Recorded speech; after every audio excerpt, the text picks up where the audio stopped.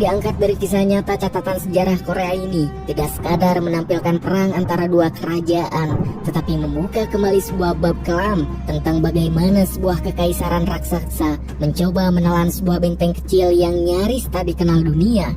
Kisah ini berputar di sekitar dominasi militer dinasti Tang dari kerajaan Tiongkok, sebuah kekuatan adidaya Asia Timur yang pada masanya menguasai hampir seluruh wilayah Tiongkok dan sekitarnya.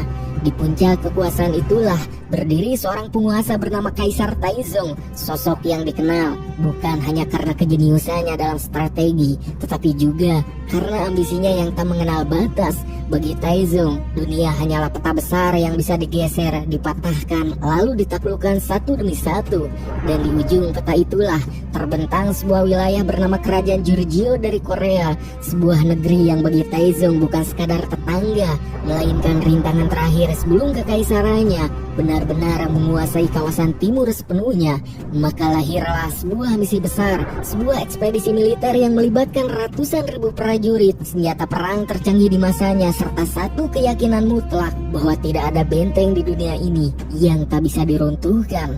Waktu membawa kita ke tahun 654 Masehi. Pada masa itu, dinasti Tang berada di titik paling stabil dalam sejarahnya. Ekonomi kuat, politik solid, dan militer berada dalam kondisi sempurna. Dalam situasi seperti itulah, Kaisar Taizong memerintahkan mobilisasi pasukan dalam skala besar untuk menginvasi Korea dan menaklukkan sebuah kerajaan bernama Jurjio. Target pertama bukanlah ibu kota, melainkan sebuah benteng kecil di perbatasan utara, sebuah titik strategis yang menguasai jalur masuk utama menuju jantung negeri Jurjio. Benteng itu bernama Ansi, yang dikatakan jika benteng Ansi hanyalah sebuah titik kecil di peta, benteng tua yang akan runtuh dalam hitungan hari. Namun mereka tidak tahu bahwa di balik tembok lumpur itu berdiri seorang pria yang kelak akan menjadi legenda. Sebelum penyerangan terjadi kepada benteng Ansi, peperangan terjadi terlebih dahulu di tempat terbuka di perbatasan Jurjio. Saat itu perlawanan langsung dipimpin oleh seorang jenderal besar bernama Yon. Di bawah komandonya terkumpul sekitar 100.000 pasukan, jumlah yang sangat besar untuk ukuran kerajaan saat itu. Namun di seberang medan perang, Kaisar Taizong membawa 200.000 prajurit elit dinasti Tang, lengkap dengan kavaleri berat, infanteri lapis baja, pemanah jarak jauh, dan mesin perang raksasa. Pertempuran pertama pun pecah dan secara mengejutkan, pasukan Jurjio dengan seorang prajurit bernama Samul dan juga rekan-rekannya justru tampil dominan dalam awal peperangan. Kavaleri mereka menerjang barisan pemanah Tang, memecah formasi, menghantam infanteri musuh dari sisi-sisi yang tak terduga. Teriakan prajurit pun saling bersahutan dan untuk sesaat seolah-olah dinasti Tang benar-benar berada di ambang kekalahan. Melihat situasi itu, para penasihat Kaisar Taizong mulai gelisah. Mereka menyarankan penarikan mundur untuk sementara. Namun Kaisar Taizong tidak goyah sedikit pun. Di tengah hiruk-pikuk perang, ia justru berdiri tenang menatap medan tempur seperti seseorang yang sedang menonton permainan catur, sebab semuanya masih dalam rencananya. Tanpa disadari pasukan Goguryeo dari kedua sisi medan perang, pasukan kavaleri Tang muncul secara bersamaan, mengepung mereka dalam formasi bulan sabit. Serangan datang dari segala arah dan pasukan Goguryeo yang sebelumnya unggul kini terjebak di tengah lautan musuh.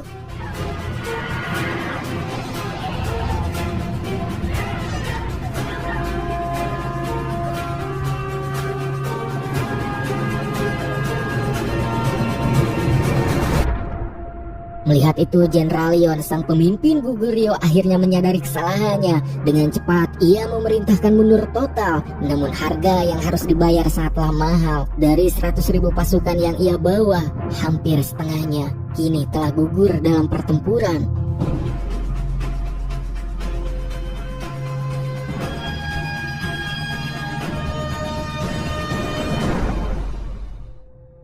Di atas kemenangan itu, dinasti Tang menangkap seorang wanita misterius bernama Simi. Ia bukan prajurit, bukan bangsawan, melainkan seorang peramal kuno yang telah hidup sejak zaman Raja Jumong, pendiri kerajaan Goguryeo. Bagi Kaisar Taizong, Simi bukan sekadar tawanan. Ia adalah kunci, sebab dari Simi, Taizong mengetahui satu fakta penting, bahwa satu-satunya benteng yang benar-benar menghalangi jalan menuju ibu kota kerajaan Goguryeo adalah benteng Ansi. Seorang komandan bernama Yang Yang Muncun, seorang pria yang dianggap pengkhianat oleh Jenderal Yon, sebab komandan Yang muncul tak mau tunduk kepadanya, bahkan mengabaikan perintahnya untuk datang ke peperangan yang baru saja terjadi. Di saat yang sama, Jenderal Yon yang kini terlihat sangat depresi akibat kekalahannya dalam perang tadi, memanggil seorang prajurit yang tak lain adalah Sumul, prajurit yang tampil gagah dalam perang walaupun tetap kalah.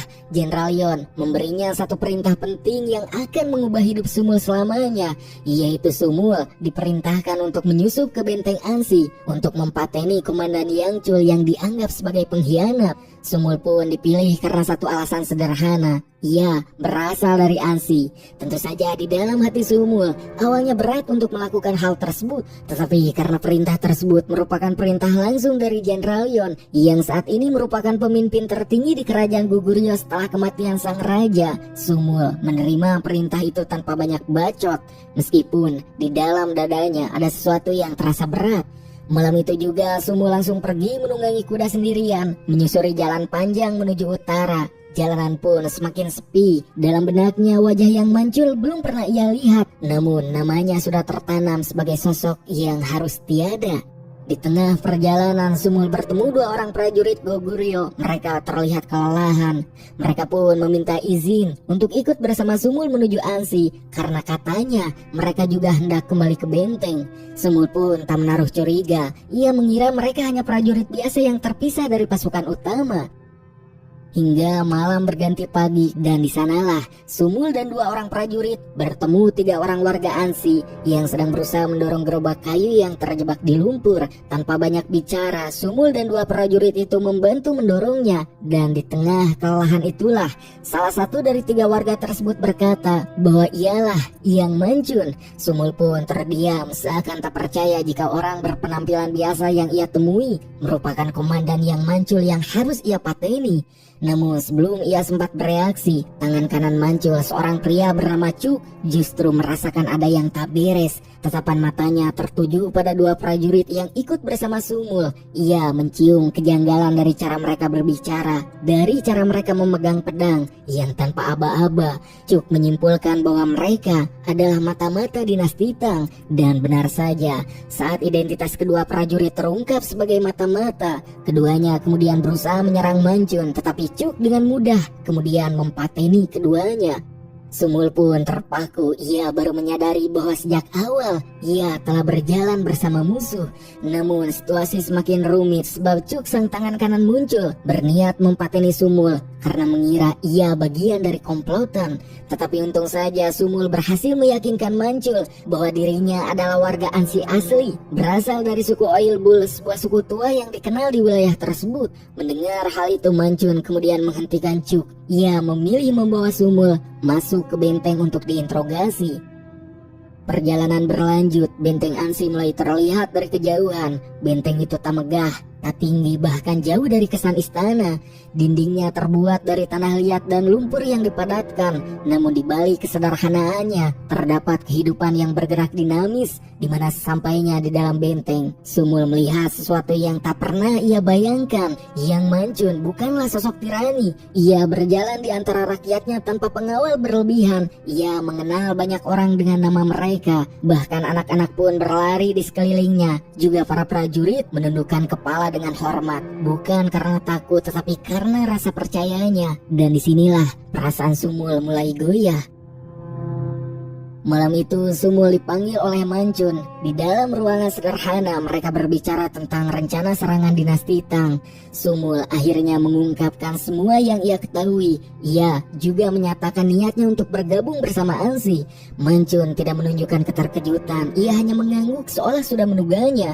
Sumul pun kemudian diperkenalkan kepada para perwira utama, yaitu Pung, pemimpin pasukan pedang, Walbok, pemimpin pasukan kapak, di mana mereka semua menerima Sumul dengan sikap waspada tetapi tidak menolaknya. Namun di malam yang sama saat semua tertidur, Sumul duduk sendirian. Di tangannya tergenggam belati kecil pemberian Jenderal Yon untuk digunakan mempateni Muncul. Perintah Jenderal Yon kembali terngiang di kepalanya, tetapi kini keraguan malah dirasakan Sumul.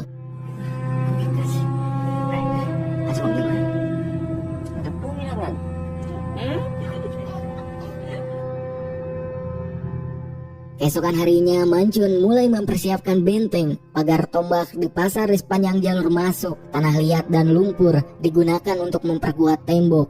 Pun semua warga, dari prajurit hingga penduduk desa, ikut bekerja. Di tengah kesibukan itulah, Mancun mendapati seorang perwira kavaleri bernama Paso tengah berbicara diam-diam dengan seorang wanita muda. Wanita itu adalah adik kandung Mancun sendiri bernama Bekha, yang mana hubungan mereka telah lama terjalin secara rahasia.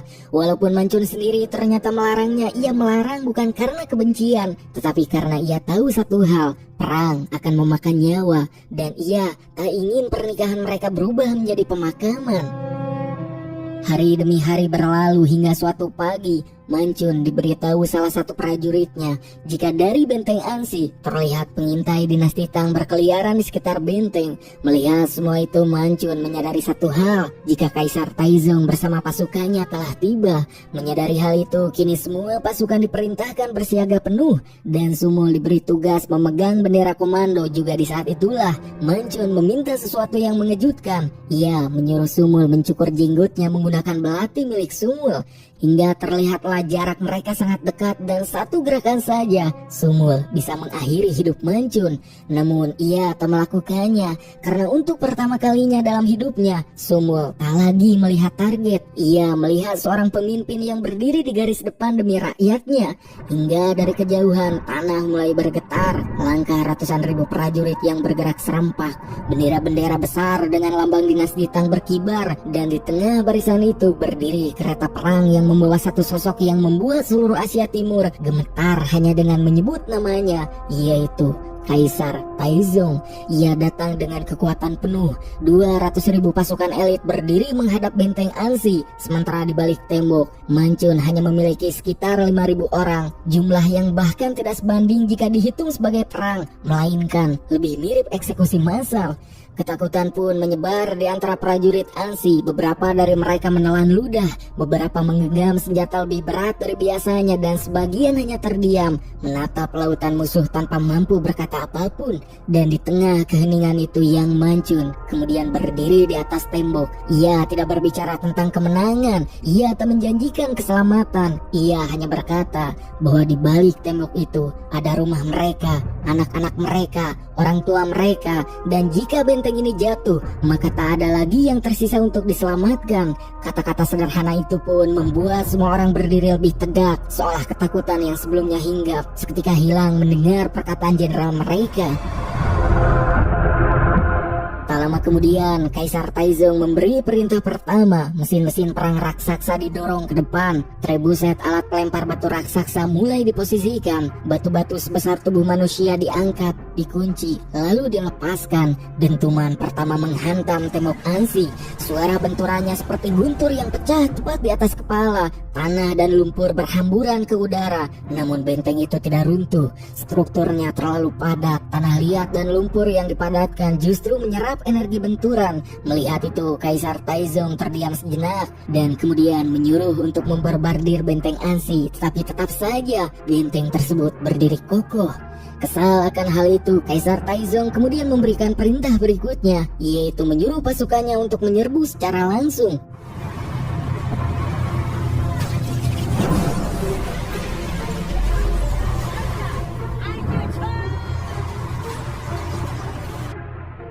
Prajurit Ansi pun melempar batu menusuk dengan tombak, menebas pasukan kekaisaran dinasti Tang yang mencoba meraih puncak tembok.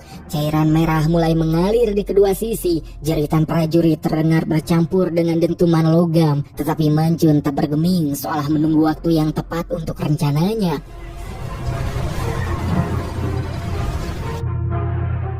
Hingga setelah waktu yang ia perhitungkan pas, Mancun kemudian memberikan aba-aba perintah supaya pasukan penyerbu untuk segera menyerang, di mana pasukan kuda yang dipimpin oleh Paso keluar dari pintu samping benteng dan menghantam infanteri Tang yang berhasil masuk. Sementara pasukan crossbow di bawah komando Bekha menembaki musuh dari jarak jauh tanpa memberi kesempatan melawan. Namun ancaman terbesar belum datang. Dari kejauhan terlihat alat penobrak raksasa mendekati pintu utama. Battering ram berlapis besi menghantam gerbang beberapa kali, di mana Sumul berdiri tak jauh dari Mancun, dan ia tahu jika gerbang utama jebol, maka ini bukan lagi perang melainkan sebuah pembantaian. Dan benar saja, tak lama dengan satu hantaman terakhir pintu utama runtuh. Pasukan Tang menyerbu masuk, berteriak seperti gelombangan manusia yang tak terbendung. Namun nyatanya Komandan Mancun sudah memprediksi hal itu di saat semua panik. Ia hanya mengangkat tangannya, dan di balik pintu yang terbuka telah disiapkan pagar tombak yang tersembunyi, membuat pasukan Tang yang masuk pertama langsung terperangkap. Mereka tak bisa maju, tak bisa mundur. Yang ada kini mereka harus tilar dunia karena rencana jenius Mancun.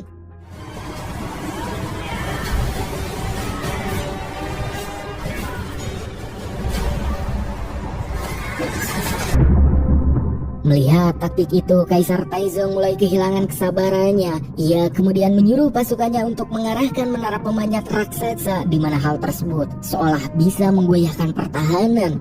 Akan tetapi seolah situasi tersebut sudah Mancun prediksi juga. Mancun kembali memberi perintah, balista diaktifkan, tali-tali besi dikaitkan ke menara, dan satu persatu menara itu ditarik hingga roboh. Pasukan Tang pun mulai kacau karena mereka kini seolah telah masuk ke dalam rencana perang Mancun. Karena itulah kini pasukan dinasti Tang banyak yang melarikan diri, juga banyak yang jatuh sebelum sempat mengayunkan pedang. Dan akhirnya untuk pertama kalinya dalam hidupnya, Kaisar Taizong memerintahkan pasukannya untuk mundur sementara, yang hal tersebut menandakan jika kemenangan sementara bisa didapatkan oleh Mancun.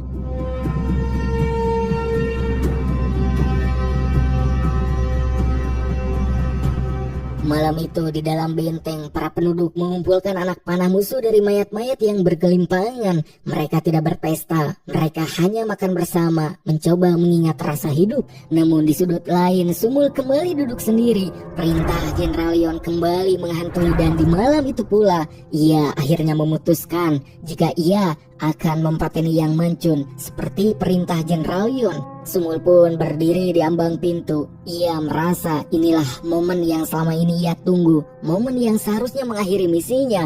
Namun sebelum Sumul sempat bergerak, muncul justru membuka percakapan. Ia berkata bahwa ia sudah tahu segalanya tentang perintah Jenderal Yon, tentang misi Sumul yang datang untuk mengeksekusinya, serta tentang keraguan di dalam hati Sumul. Mendengar itu, Sumul terkejut dan belatinya hampir terjatuh dari tangannya. Mancun tidak marah, ia juga tidak meminta belas kasihan. Ia justru mulai menjelaskan alasan mengapa ia menolak tunduk kepada Jenderal Yon. Menurut Mancun, strategi Yon adalah kesalahan fatal, sebab terang-terangan menghadapi pasukan dinasti Tang di tanah terbuka adalah bundir, sebab kekaisaran dinasti Tang unggul jumlah, logistik, dan mesin perang. Tidak peduli seberapa berani pasukan Goguryeo, mereka akan habis satu persatu seperti rumput di ladang. Karena itulah Mancun memilih bertahan di Ansi, bukan karena ia pengecut, melainkan karena inilah satu-satunya titik di mana kekuatan Tang bisa dipatahkan, serta jika benteng kecil ini jatuh, maka akan membuka langsung menuju ibu kota. Tetapi jika bertahan, maka seluruh ekspedisi Tang akan terhenti di sini. Mancun pun kembali berkata bahwa ia rela dicap pengkhianat selama rakyat Goguryeo masih hidup. Mendengar semua itu, semua hanya terdiam. Namun tak lama, Cuk datang berlari masuk sambil berteriak jika pasukan Tang kembali menyerang. Sumul dan Mancul langsung berlari menuju tembok, dan apa yang mereka lihat membuat darah mereka membeku. Pasukan Tang kali ini datang dengan kekuatan yang jauh lebih terorganisir. Menara raksasa kokoh bergerak dari segala arah. Infanteri menyerbu tanpa henti dan benteng Ansi mulai kewalahan. Beberapa prajurit jatuh dari tembok, beberapa lainnya terseret masuk oleh musuh. Melihat semua itu, Mancun akhirnya turun langsung ke medan tempur. Ia tak lagi berdiri memberi perintah, ia mengayunkan pedangnya sendiri. Akan tetapi sesuatu yang tak disangka membuat Mancun terdiam, yaitu dari dalam menara raksasa kokoh keluarlah pasukan Tang yang langsung menyerbu tanpa ampun. Di tengah kekacauan itu, Mancun yang masih melamun seolah yang terjadi kini tak ada dalam prediksinya. Kemudian lamunannya dibangunkan oleh Sumul yang meminta Mancun untuk segera bertindak, memberikan perintah. Menyadari jika dirinya tak bisa membiarkan menara roboh, Mancun kemudian menyuruh pasukannya menyiapkan kantung kantong minyak. Yang tak lama, ratusan kantong minyak diangkat ke atas tembok, dan saat menara Helipoli mendekat, kantong minyak langsung dilemparkan, dan Mancun kemudian menembakkan panah api untuk membakar kantong minyak. Karena itu ledakan pun terjadi, menara terbakar, juga pasukan Tang yang berada di dalamnya menjerit, dan pada akhirnya satu persatu menara pun runtuh seketika.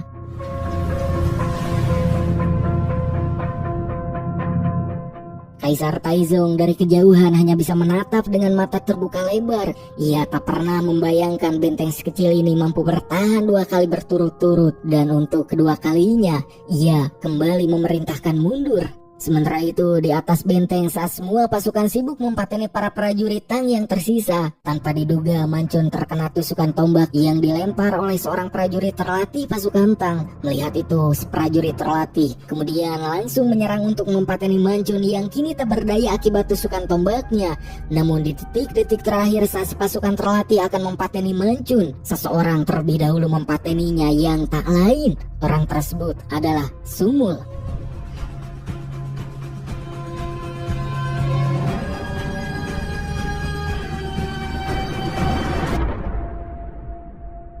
Singkat cerita, 4 hari pun berlalu dan terlihat jika Mancun yang baru saja sadarkan diri, di mana saat sadar dirinya menanyakan mengenai situasi peperangan yang ternyata sejak kekalahan keduanya, Kaisar Taizong belum melakukan serangan lagi, hingga Cuk memberitahu Mancun jika orang yang menyelamatkan Mancun adalah Sumul.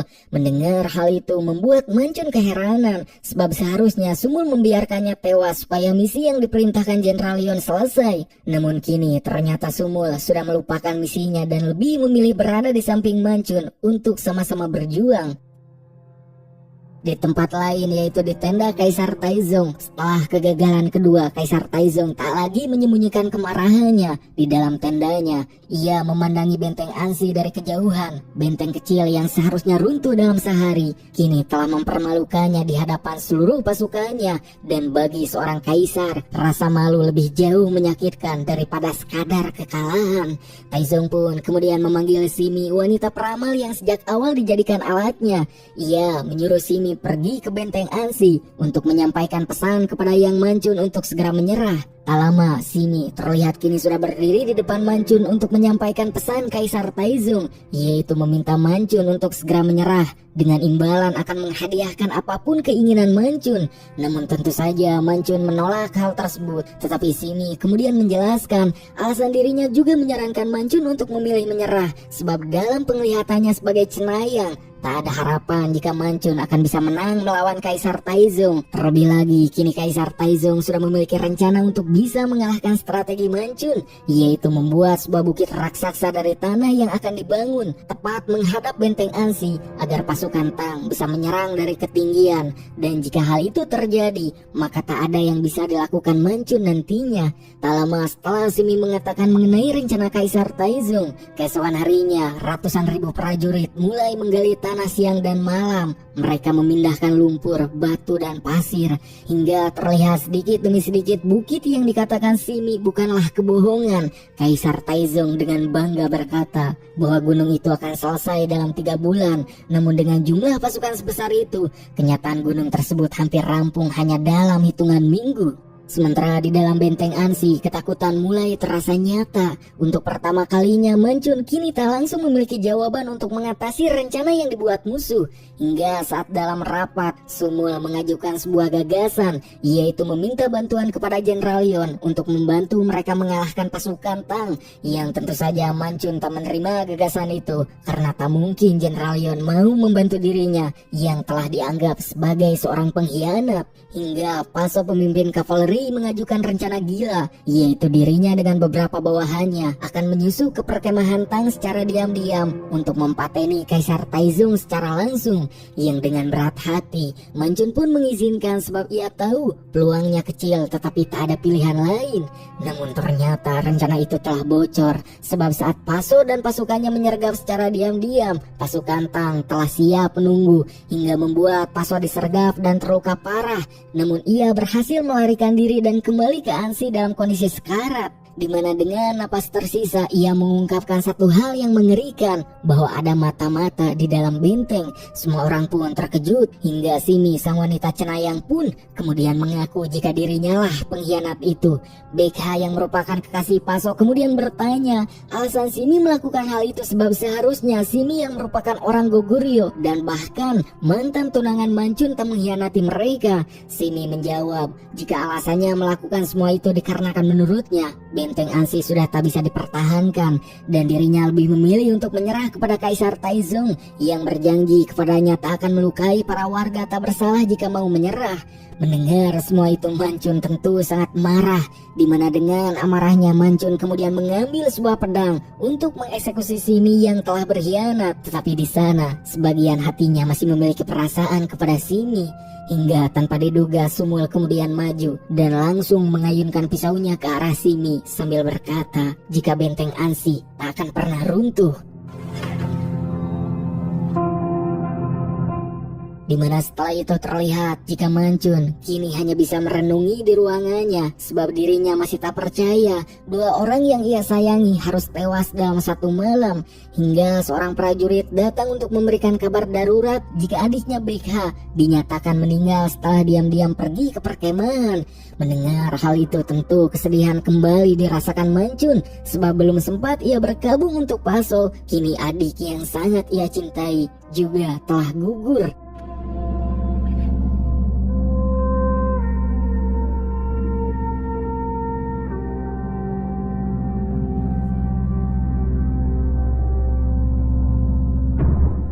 Sumul yang melihat kondisi Mancun yang kini hancur terlihat diam-diam pergi dari benteng Ansi tanpa pamit. Sementara keesokan harinya di benteng Ansi keadaan terasa berbeda. Napas para prajurit mulai terasa berat, seolah mereka semua tahu bahwa hari-hari berikutnya akan menentukan hidup dan mati mereka. Di kejauhan bukit buatan itu kini berdiri hampir sempurna, tinggi menjulang lebih tinggi dari tembok benteng. Dari puncaknya pasukan Tang bisa melihat langsung ke dalam Ansi. Bagi banyak orang di Ansi itulah akhir mereka sadar bahwa tembok tak lagi melindungi. Namun yang Mancun tak menyerah. Suatu hari ia melihat anak-anak kecil bermain di tanah di halaman benteng. Mereka menggali lubang kecil, menimbunnya kembali, lalu merobohkan gundukan yang mereka buat sendiri. Dan dari sanalah sebuah ide lahir. Mancun segera memanggil Wude, temannya yang berprofesi sebagai penambang. Ia memerintahkan Wude menggali terowongan besar di bawah tanah, tepat menuju dasar bukit buatan. Rencana itu pun sangat gila, namun tak ada pilihan lain. Siang dan malam mereka menggali, dan rencana itu seolah berjalan dengan sempurna. Hingga pada satu titik mereka menemukan masalah besar, sebab sehari sebelum perang akhir terjadi, hujan datang melanda yang membuat terowongan tergenang air hujan. Tetapi Wude bersama rekannya mencoba sekuat tenaga untuk menghilangkan air. Hingga keesokan harinya saat genderang perang berbunyi, tanda pasukan Tang sudah bersiap untuk menyerang dari bukit buatan mereka. Mancun mendapati masalah lain dari Wude. Jika tiang penopang tak bisa dibakar karena air, membuat Mancun kini kebingungan sebab rencananya bergantung dari runtuhnya tiang penopang. Hingga Wude mengajukan diri untuk menghancurkan tiang penopang secara manual menggunakan kapal, yang tentu saja hal itu adalah bundir karena tak keluar hidup-hidup. Tetapi Wude meyakinkan Mancun jika kini sudah tak ada lagi opsi lain. Dengan berat hati, Mancun pun mengiyakan keinginan Wude yang tak lama berkat pengorbanan Wude. Tanah pun bergetar, suara reruntuhan terdengar seperti gemuruh dan bukit buatan roboh dari dalam.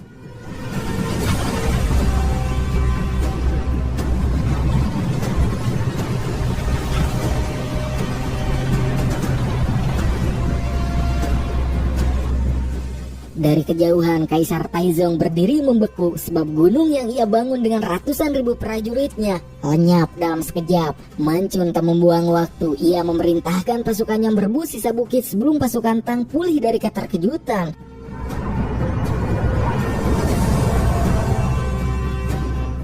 Menyadari dirinya kini tak bisa meruntuhkan benteng Ansi, Kaisar Taizong menyuruh pasukannya untuk menyerang dan membumi hanguskan Mancun hingga pertempuran terakhir pun pecah.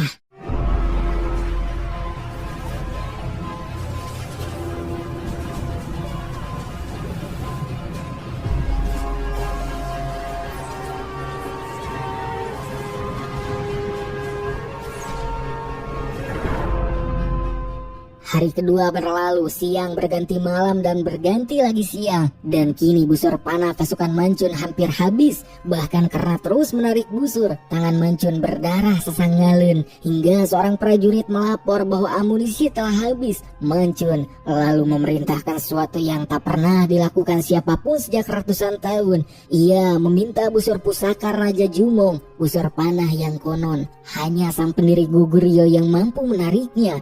Singkatnya, di tengah gempuran pasukan elit Kaisar Taizong, Mancun berdiri di atas bukit sambil melihat pasukannya terus berjuang supaya dirinya mempunyai kesempatan untuk menembakkan busur pusaka.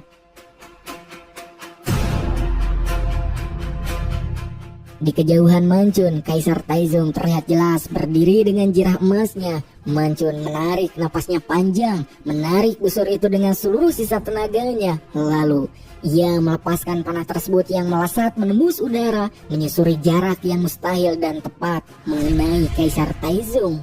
Dari kejauhan terdengar teriakan panik barisan pasukan Tang Kacau sebab komandan mereka telah tumbang. Dan di saat yang sama, tanpa diduga dari belakang, pasukan berkuda berdatangan yang adalah pasukan Jenderal Yun, sebab Sumul telah berhasil meyakinkannya. Dan pada akhirnya, untuk pertama kalinya, Goguryeo datang sebagai bala bantuan, hingga dinasti Tang pun mundur total. Ekspedisi terbesar dalam sejarah mereka berakhir di satu benteng kecil.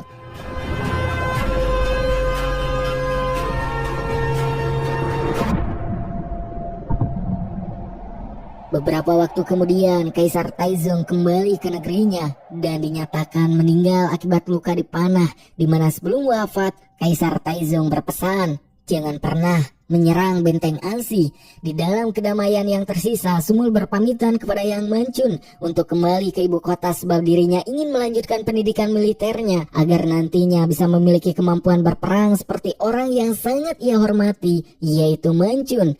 Film pun ditutup dengan diperlihatkan benteng Ansi tetap berdiri yang tidak runtuh, juga tidak tunduk.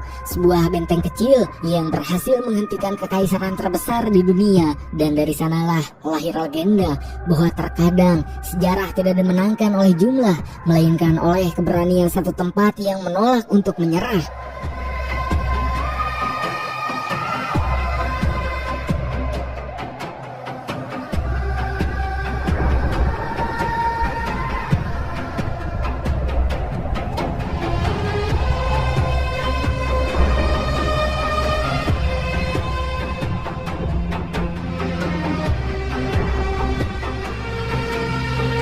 Tamat!